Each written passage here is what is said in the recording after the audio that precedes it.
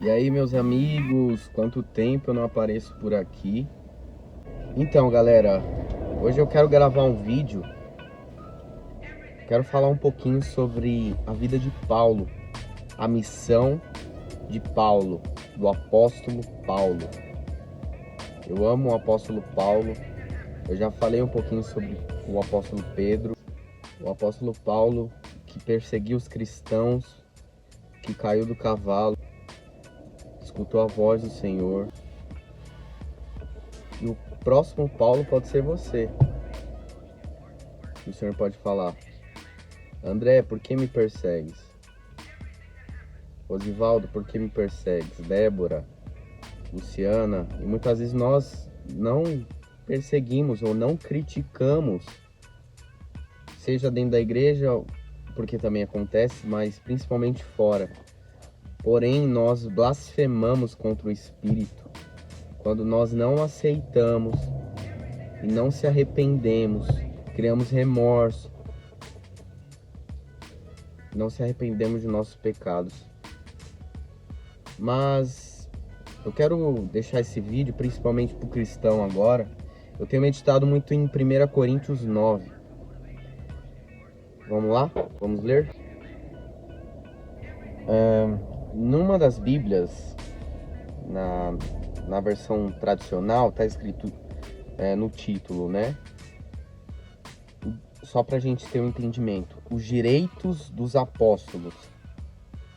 Quem são os apóstolos? Aqueles que exercem os 5 ministérios: profético, apostólico, evangelista, mestre e pastor. Ou seja, aqueles que implantam igreja em outros lugares, são missionários, mas também são anjo da igreja. Ele institui igrejas, ele cuida de pastores. Enfim, eu não digo que é um cargo de... Obviamente ele tem seus liderados, mas eu não digo que ele está acima dos outros, porque cada um tem o seu dom.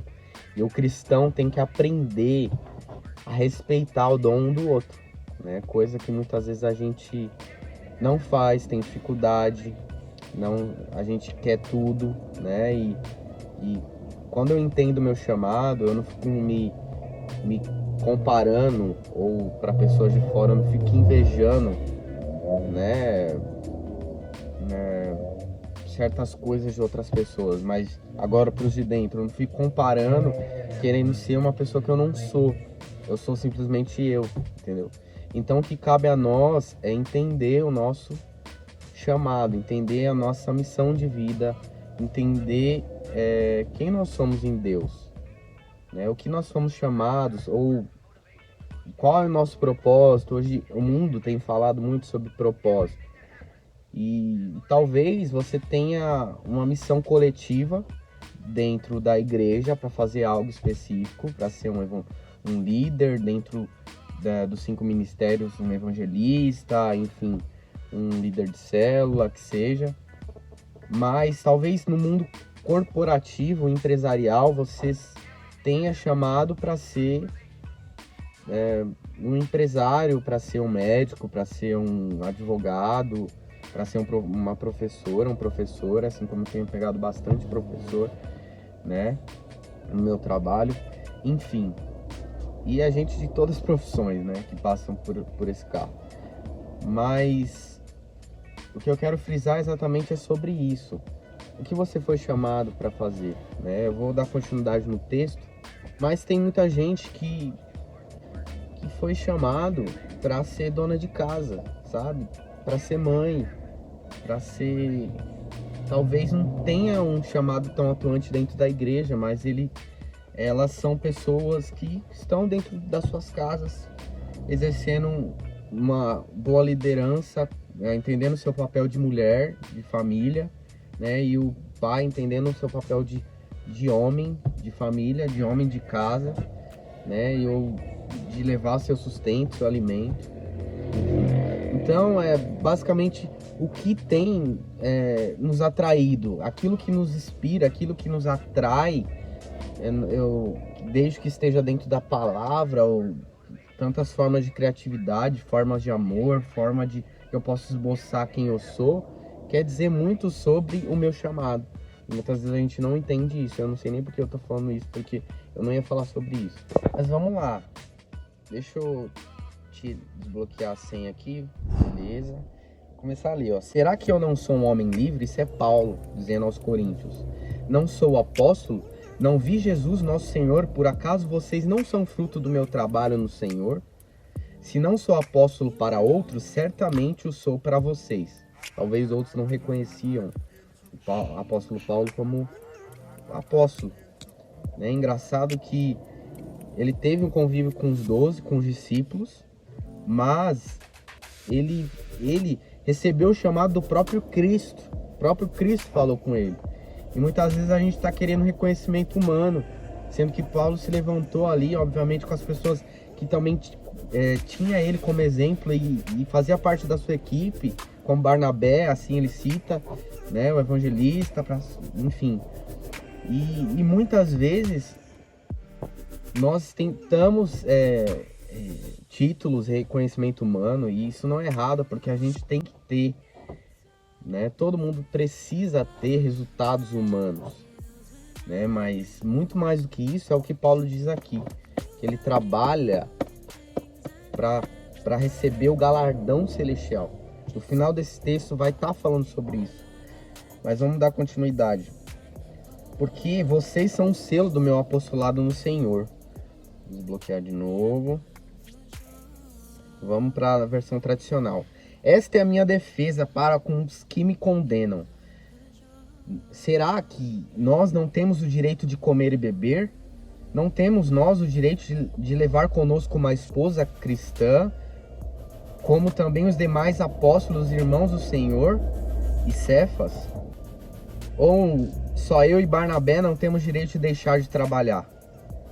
Quem jamais milita à sua própria custa? Quem planta a vinha e não come do seu fruto? Ou seja, quem trabalha e não tem resultados? Ou quem apacenta o gado e não se alimenta do leite do gado? Digo eu isto segundo os homens, ou não diz a lei também o mesmo? Aí ele fala sobre a lei de Moisés no 9, né? Dá o exemplo do boi. Enfim, e ele não estava querendo dizer que Deus não estava falando ali na lei de Moisés sobre o boi, mas sobre o trabalho, o nosso trabalho, a força do nosso trabalho. E aqui diz no 10, ou não diz certamente por nós, certamente que por nós está escrito, porque o que lavra deve lavrar com esperança. Então tudo que a gente faz, a gente deve saber que vai ter uma recompensa. E o que debulha deve debulhar com esperança de ser participante. Deixa eu ver se está falando quase a mesma coisa. É isso. Esperança de receber o que lhe é devido. Ao 11. Se nós vos semeamos as coisas espirituais, será muito que de vós recolhamos as carnais? Agora eu vou ler na versão normal, para não complicar. Se outros participam desse direito sobre vocês, não temos nós o direito em maior medida? Agora vamos pular para o 14. Assim ordenou o Senhor aos que anunciam o Evangelho, que vivam do Evangelho. Então não é errado viver do Evangelho. É claro, tem muitas pessoas que usurpam do ministério, né? Como eu já falei aqui sobre o gospel, sobre o tanto de dinheiro que eles cobram para ministrar nas igrejas. Eu já fui pregar em lugares que eu estava desempregado e eu paguei dinheiro do meu bolso, entendeu? Eu não estou falando aqui pra se achar e tal, porque o Senhor fala que quando é pra gente fazer algo, a gente deve, né, não falar pra ninguém, porque a gente vai receber recompensa do Senhor. Mas o que Paulo estava querendo dizer é que ele poderia exigir dos irmãos e viver do trabalho, mas não. Paulo viver do trabalho dos irmãos, porque ele sabia o posicionamento, aquilo que ele estava vivendo em Deus, ele sabia o quanto ele estava plantando coisas nas pessoas e o quanto ele ia colher isso no mundo espiritual, né? E muitas vezes nós não recebemos aqui, mas ele tinha esse direito de receber pelo menos, um exemplo, um Uber para ir pregar, ou sei lá, ou um jantar especial, ele, Barnabé e sua equipe. Porém, ele não exigia isso, sabe? Porque ele sabia que ele meio que fazia aquilo como uma obrigação, entre aspas, porque ele amava o evangelho. O meu evangelho, ele chamava o evangelho dele, entende? E ele falava, sejam meus imitadores como eu sou de Cristo. E eu fico pensando, sabe, quantas vezes a gente quer recompensa, a gente quer...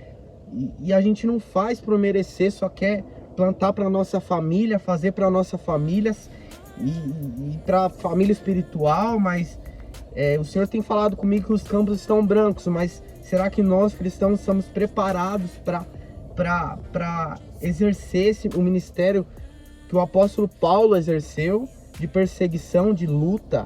Eu vou continuar lendo aqui para vocês entenderem. Vamos ver onde eu parei aqui. Aí ele continua, vida e missão de Paulo.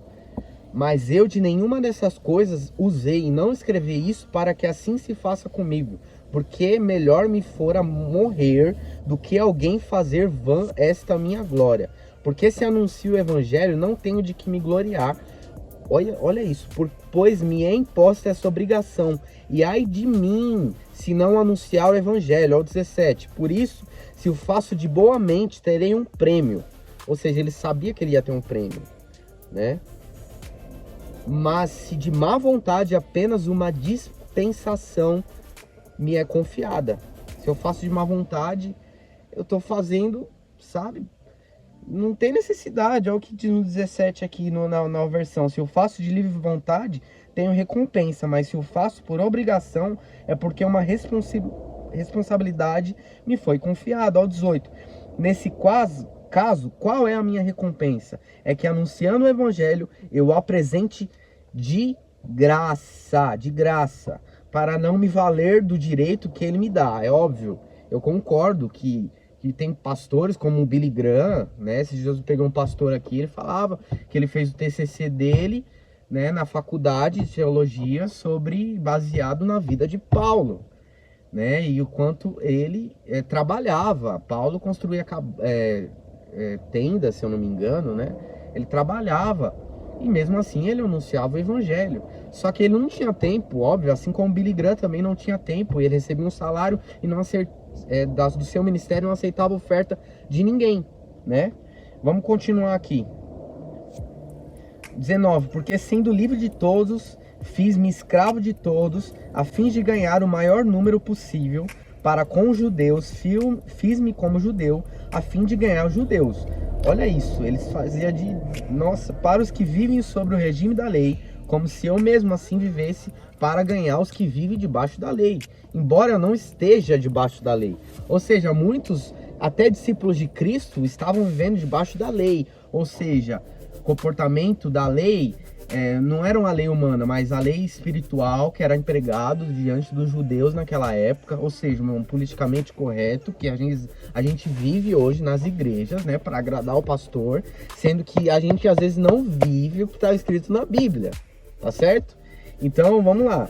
Ao sem lei, como se eu mesmo fosse, não estando sem lei, para com Deus. Ele não estava sem lei porque ele descumpria a lei humana ou a lei dos judeus, porque ele sabia, o Senhor estava dando graça sobre graça na vida dele, porque ele buscava e orava em línguas mais do que todos. Então ele tinha a revelação espiritual, interpretação espiritual daquilo, da nova dimensão que o Senhor estava empregando no mundo espiritual para ele e para a igreja de Cristo.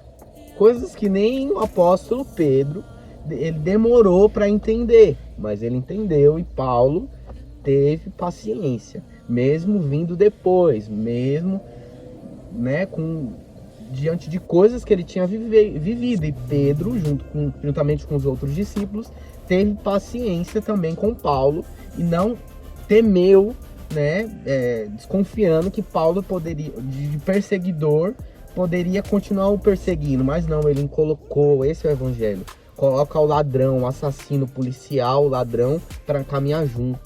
É isso que Jesus faz, cara. Ó 22, fiz-me fraco para com os fracos, a fim de ganhar os fracos. Fiz-me tudo para com todos, a fim de por todos os modos salvar alguns. 23, tudo faço por causa do evangelho, para ser também participante dele. Vocês não sabem que os que correm no estádio, olha, presta atenção, já foi no estádio? Começa a imaginar aqui. Todos na verdade correm, mas um só leva o prêmio. Correm de tal maneira que ganham o prêmio.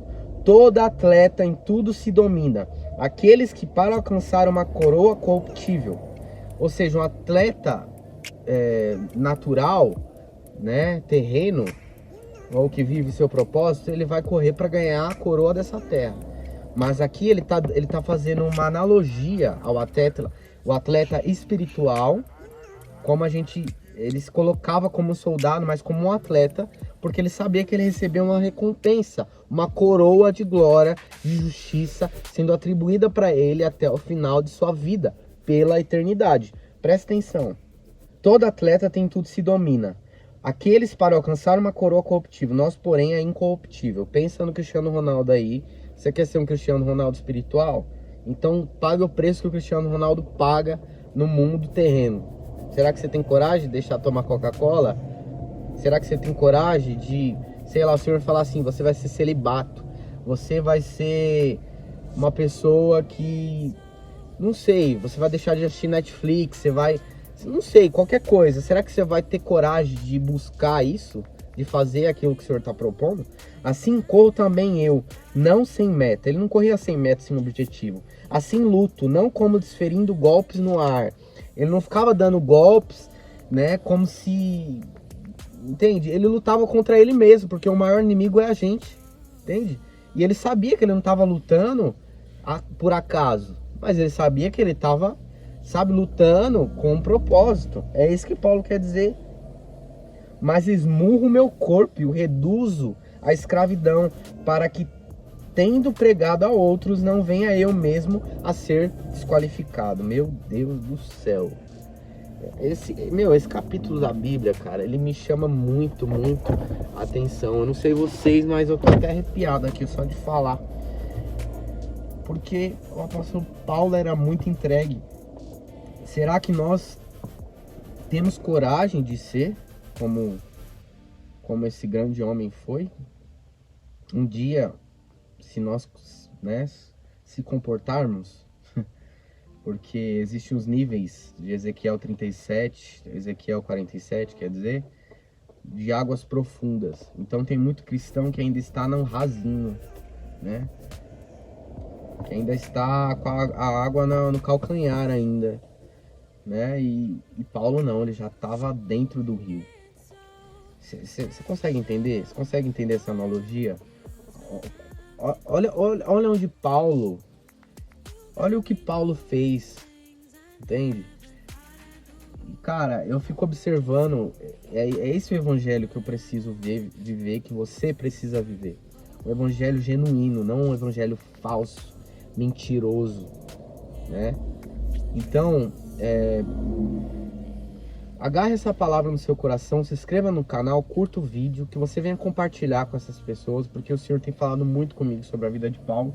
E os campos são brancos, vamos fazer algo pro Senhor, vamos trabalhar para tornar esse mundo melhor. Não, sabe, eu sei que esse mundo já é dos malignos, mas o Senhor, ele fez essa oração por nós. Dê fruto, sabe? Dê fruto. Não os peço que os tire do mundo, mas que os livre do mal. É isso que o Senhor tem feito comigo todos os dias nesse trabalho onde eu tô. E eu sei que se for para mim viver um dia de salário da igreja, amém. Mas muito mais do que isso, eu faria até de graça aquilo que o Senhor me determinou para fazer. Espero que você tenha esse coração também. É isso, meus irmãos. Um abraço. Tamo junto. Com Deus.